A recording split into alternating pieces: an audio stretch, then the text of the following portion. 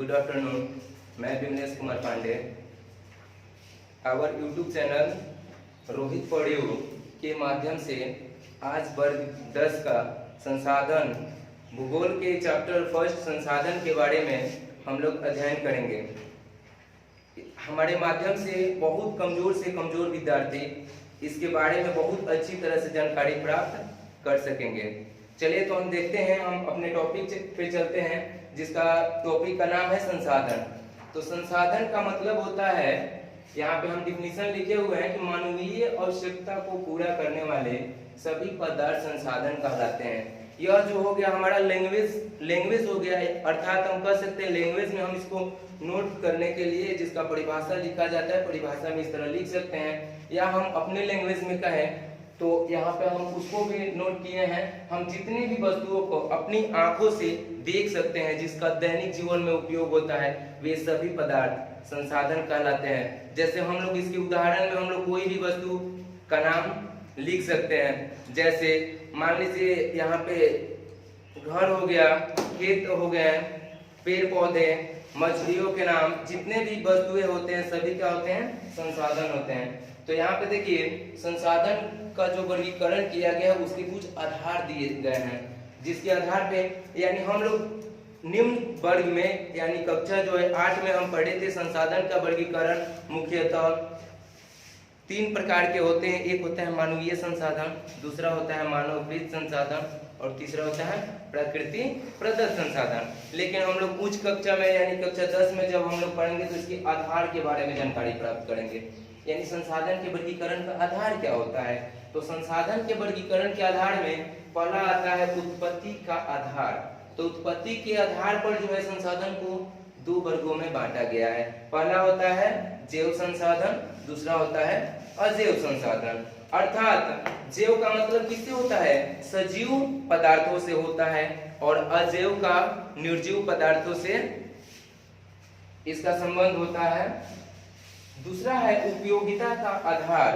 उपयोगिता के आधार में होता है पहला नवीकरणीय संसाधन और दूसरा होता है अनवीकरणीय संसाधन। नवीकरणीय संसाधन का मतलब क्या होता है, जिसको हम लोग पुनः प्राप्त कर सकते हैं, और दूसरा होता है अनवीकरणीय यानी कि जिसका उपयोग करने के बाद पुनः उसको उपयोग में नहीं लाया जा सकता है। चलिए तीसरा है हमारा स्वामित्व का आधार, यानी स्वामित्व के आधार पर संसाधन को कितने वर्गों में बांटा गया है।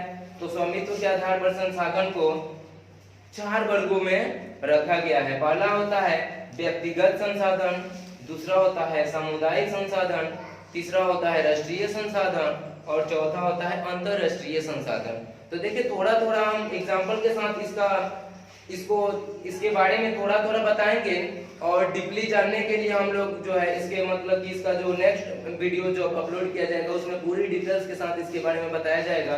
तो देखिए व्यक्तिगत संसाधन क्या होता है।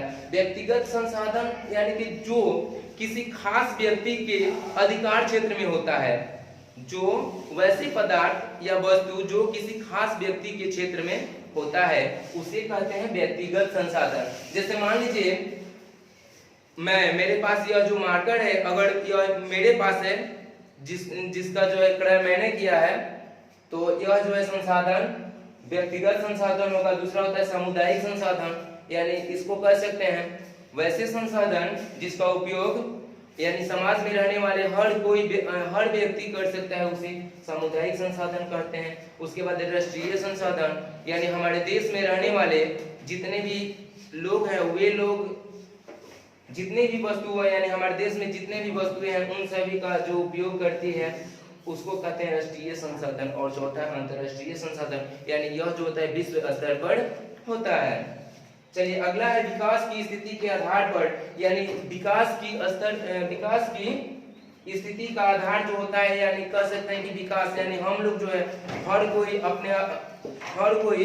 अपने आप को क्या करना चाहता है, डेवलप करना चाहते हैं। तो उस स्थिति के आधार पर जो होता है, एक होता है संभाव्य संसाधन, दूसरा होता है विकसित संसाधन, तीसरा भंडारित और चौथा संचित संसाधन। उसके बाद है बस इतना ही आधार था। और देखिए संसाधन के बारे में जो यहाँ पे हम नोट कर लिए हैं संसाधन के बारे में, प्रसिद्ध जो भूगोलवेत्ता है जिमरमैन, उनका कथन था संसाधन हुआ नहीं करते बना करते हैं। अर्थात हम कह सकते हैं कि कोई भी वस्तु है जिसका अगर हमारे दैनिक जीवन में उपयोग नहीं होता है तो उसे हम लोग संसाधन कहते ही नहीं कह सकते हैं। संसाधन तभी कहेंगे जब उसका हम लोग दैनिक जीवन में उपयोग करेंगे।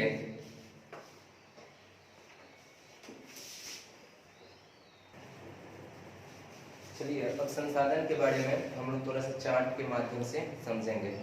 देखिए चार्ट के माध्यम से संसाधन का जैसे यहाँ पे वर्गीकृत किया गया है। पहला है प्राकृतिक संसाधन, दूसरा है मानव निर्मित संसाधन या मानवीय संसाधन।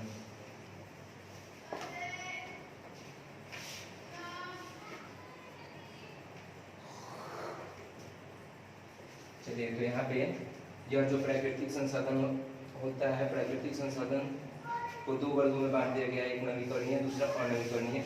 और यहाँ जो होता है मानवीय जो संसाधन होता है उसे उसका जो होता है संरचना एवं मात्रा एवं गुणवत्ता के आधार पर इसे भी दो वर्गों में बांटा गया है। नवीकरणीय संसाधन जो होता है उसको भी दो वर्गों में बांटा गया है, यानी उसके भी दो टाइप है। एक होता है सतत संसाधन और दूसरा तो जैव संसाधन, सतत या प्रवाह संसाधन। यानी सतत संसाधन का मतलब क्या होता है, जिसका उपयोग लगातार रूप से किया जा सके।